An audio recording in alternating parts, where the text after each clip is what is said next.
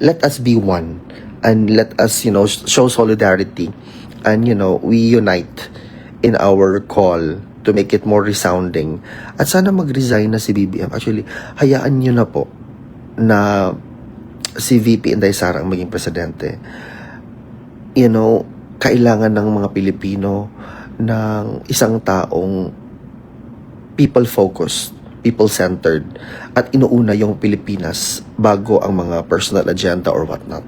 Sana po umabot ito sa inyo, PBBM, kasi meron kasing inulat na nanonood daw si PBBM, si President Bongbong Marcos sa INC rally in the confines of what? The palace, and you're watching it. Yet, ang daming pulis po na dineploy doon mismo sa EDSA. Bakit po? Shout out us Reaction Vlog, YouTube channel. Please like and subscribe. Mabuhay kayo. So, basically, I joined, I will be joining the 3 days rally dito sa Manila, particularly for the reason that I one with a call for transparency and accountability. And this is the first time that I've ever joined a rally here in the Philippines. Well, in The Hague and all of that, I've also joined and helped organize a movement para ipakita sa buong mundo ang ating pagtutol sa ginagawa kay former President Rodrigo Roa Duterte. Good morning po sa inyong lahat. So yesterday ko po na-experience kung ano po talaga ang rally. And I must say, in the magnitude that it is, grabe po ang overwhelming feeling, eloping my mind, my consciousness. Kasi nakita ko talaga, guys, kudos talaga sa INC for doing what they are doing. Kasi na-shock talaga ako, guys, sa sobrang dami ng tao. I actually went to Luneta together with Attorney Trixie, MJ, Coco Locoy, Paolo Linote, Tio, I've also Joey, Dion, and more. I was able to, walk going to the stage mismo. Nakita ko talaga, guys, na sobrang solid ang ginawa nilang pagpapakita doon at pag-organisa ng mismong event na ito, guys, calling for transparency and accountability.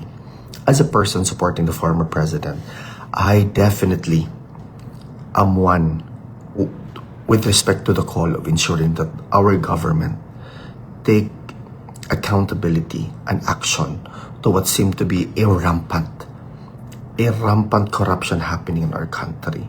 Sa mga pasabog na binitawan pa lang ni Zaldico, sa mga investigasyon, lalong-lalo na doon sa mga flood control projects, it seemed that there is an effort on the side of the government in insinuating or attributing everything of this alleged corruption to Davao City, to the Dutertes or whatnot.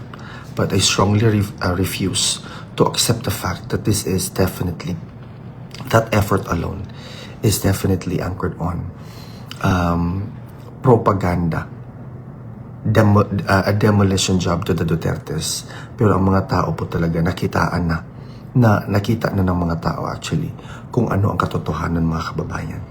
Sa sinabi po ni Zaldico, I think kinain na siya ng konsensya. Ginawa niya ito, I think, to redeem himself. Although, he is never going to be a hero in this matter, mga kababayan. But, ginawa niya lang ang tama para sa bayan, I think.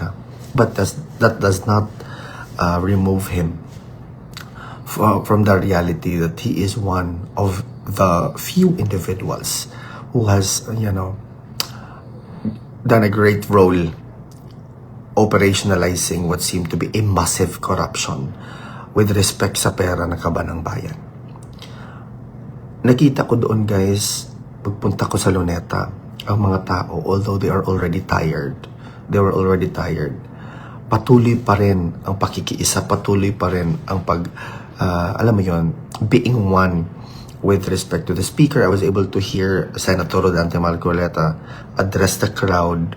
There were also some skits there, which basically is purely satire, ensuring that, you know, the complaints with respect to what the government is doing is put out in the public. Ang ginawa po talaga ng mga taong ito is ipaglaban ang mga taong bayan, lalong-lalo na yung mga nasa laylayan. Pumunta kami sa EDSA pagkatapos, actually, ng mga alas 10, sa mga alas 11. Pero sadly, there were no people there already. So, oo, mahina talagang boses ko kasi natutulog pa kasi yung mga kasamahan ko dito, mga kababayan. Kaya medyo nagdahan-dahan ako sa sinasabi ko, or alam mo yun, sa mga pinagsasabi ko, kasi nga natutulog pa sila. Ayoko namang maging disturbo sa kanila, di ba? Wait, doon ako sa kabila para medyo yung boses ko. Tutulog pa kasi sila. Okay? Wait. Hello yan. Dito na lang muna tayo, guys, para medyo may lipat muna ako, guys, ha? Yan, wait lang. Pakilakas ng boses mo. Sige po, pasensya po na mahina yung boses ko kanina, ha? Pagpasensyahan nyo na po. Okay. Dito na lang. Sige. Yan. Okay. Lamig. Okay. So, yun na nga po. Na nakita ko talaga doon ang effort ng mga taong bayan, lalong-lalo na ng INC, with respect sa panawagan nila for transparency and accountability. Okay na po ba yung yung audio ko, mga kababayan? Is it okay already?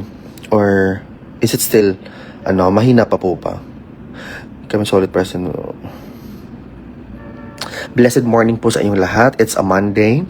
It is a time to be out on the streets. Makaisa po tayo, magkita-kita po tayo mamaya.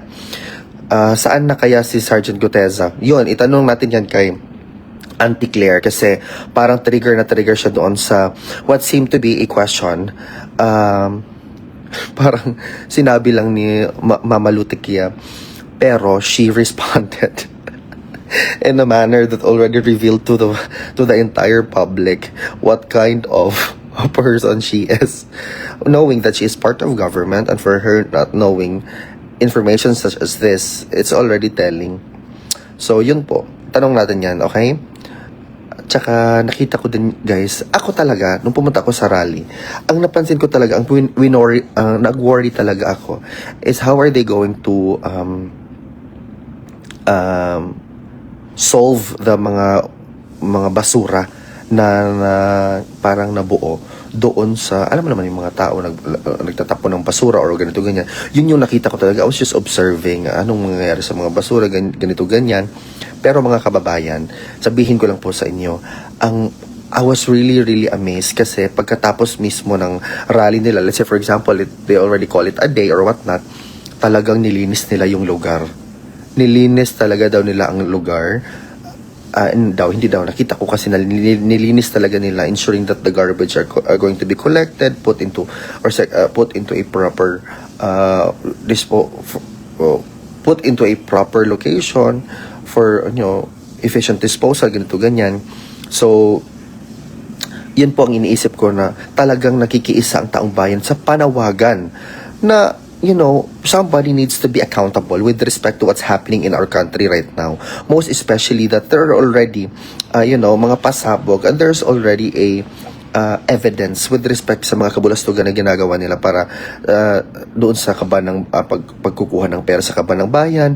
There's, Zaldico even made mention yung statement niya na okay, with respect to mga pasabog ni Guteza, and at the same time, doon sa wait lang let me think carefully kasi ayokong magkamali.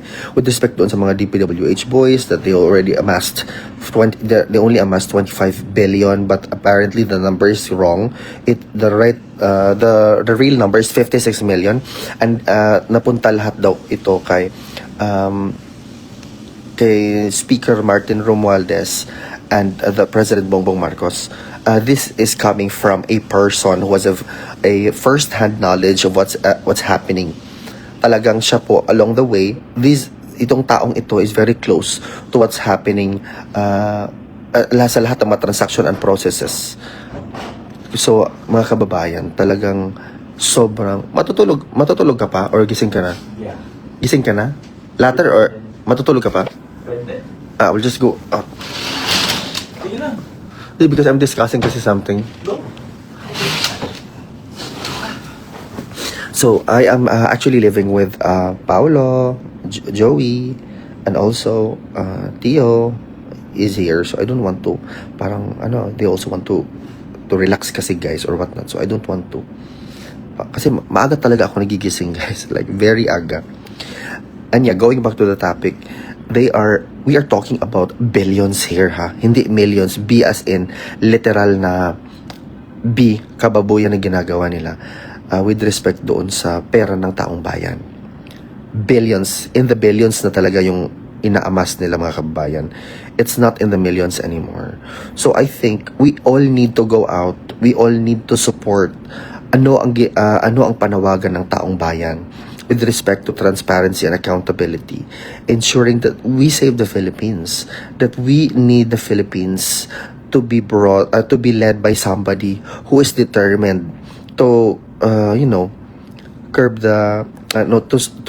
to solve the problems of corruption, to solve the problem of whatever it is that few individuals are doing with respect to the budget of the Filipino people.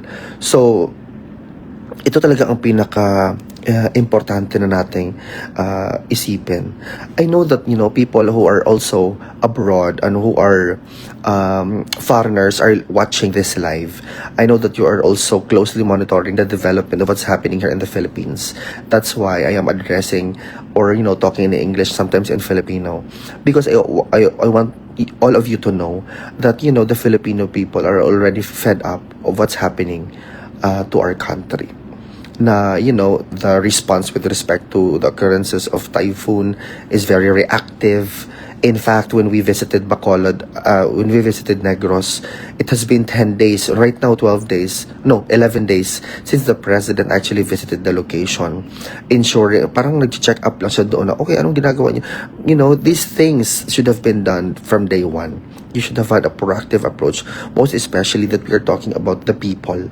We are talking about the marginalized. We are talking about the affected Filipinos, most especially those who lost their family members, friends, sisters, brothers in the process. Mga kababayan, it's unbelievable what happened, particularly when we visited Canlaon in Negros. Talagang it's unimaginable talaga guys ang ginawa ng Mother Nature, kasi this is a product of, alam mo yon, I think pangangahoy or ganito ganyan, ang Mother Nature na mismo ang nagsabi na what is this that you are doing. Parang nagalit na siguro. I would like to believe as well na simula nung binaboy nila si former President Rodrigo Roa Duterte with respect to their collective effort of surrendering him to a foreign court to be tried there. Ang dami na pong nangyari dito sa Pilipinas. Nagkalindol na, nagkabagyo na, kung ano-ano na lang po ang nangyari mga kababayan. So, na wag bumoto sa mga magnanakaw. We've told you but yet you never listen. Kuyaw ka. So, sana po mamaya magkita-kita tayo doon sa rally mismo, and then a hi and hello, and then let us be one, and let us show solidarity, and we unite in our call to make it more resounding. At sana mag-resign na si BBM. Actually, hayaan nyo na po na si VP Inday Sara ang maging presidente. Kailangan ng mga Pilipino ng isang taong people-focused, people-centered, at inuuna yung Pilipinas bago ang mga personal agenda or whatnot. Sana po umabot ito sa inyo, PBBM, kasi meron kasing inulat na nanonood daw si PBBM, si President Bongbong Marcos sa INC rally in the confines of what? the palace and you're watching it. Yet, ang daming police po na dineploy doon mismo sa EDSA. Bakit po? Diba? If you're watching the development, why do you need to deploy so many police? Why? What for? Diba? Yun po yung punto doon, mga kababayan. Yun po. Ang tigas ng mukha. Yes. Sana next week, iba na po ang ating presidente, to be honest. Honestly lang ha. Oo. Kasi it's so tiring. It's so tiring na talagang paulit-ulit na, alam mo yon. No. Bakit ako pupunta sa rally ng mga kulto? Remember, kayo ang bumoto sa unit team, kasama mo na ako. John Lester, if you don't feel going doon sa rally, then don't go. Debunk yung statement niya. That's the reason why we're seeking accountability, because we are the ones who voted for Bogdan. Exactly. Okay, all the more that we are actually the right people who should be asking people to go out, because indeed we voted this person. We have all the right to ask him to also step down. That's the logic there, Lester. So kung hindi ka nagboto kay BBBM at ayaw mo na pumunta doon sa rally, then wag. Pero for those people who felt na nabudol sila, you have all the power, you have all the right to ask for accountability at magpa-resign sa ating presidente, because basically you voted him to office. Is that what you're trying to say? Is that what you're trying to say na because people who voted him to office, particularly those na budol, are the people who more so in power to ask for accountability? Kasi nga, And imagine if that is their reason, then why are the campaigns ousting VP Inday. ousting Duterte from 2016-2022? Because yes, exactly. And why are they seeking accountability and transparency to VP Sara when in fact they didn't vote for VP Sara? That's the most shallow logic we can think of about their arguments. Now, if we also think about just voting, lahat ng mga ginagawa, mostly, if not lahat ng ginagawa ni BBM ngayon, ay mga plano ni Lenny. So do you think hindi magkakalatsa-latsa ang Pilipinas?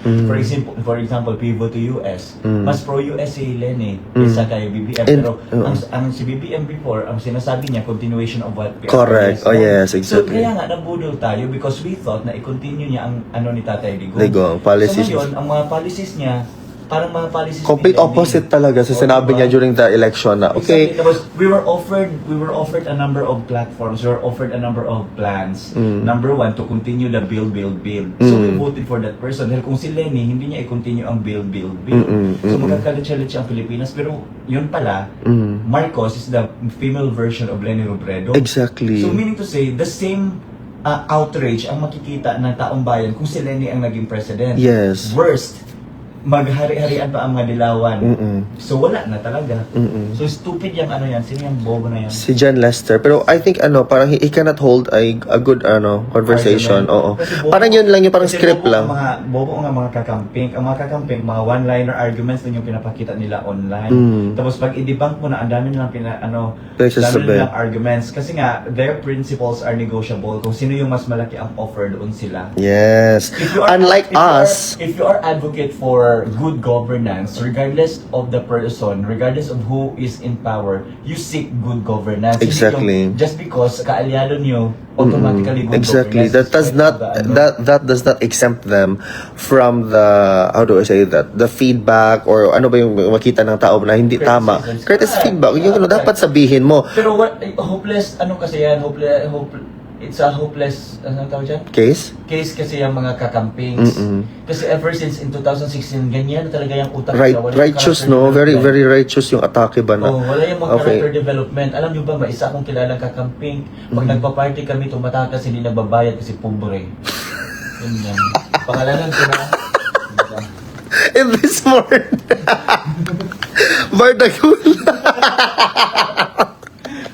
Bardagulan, sabi nga nila, saan na daw si Gutes? Sabi ko, itanong mo kay Auntie Claire, baka magalit na naman siya. Buang ka talaga. Oo nga. Yun lang nga yung punto. To be honest, totoo yan. Buang yun eh. Mm.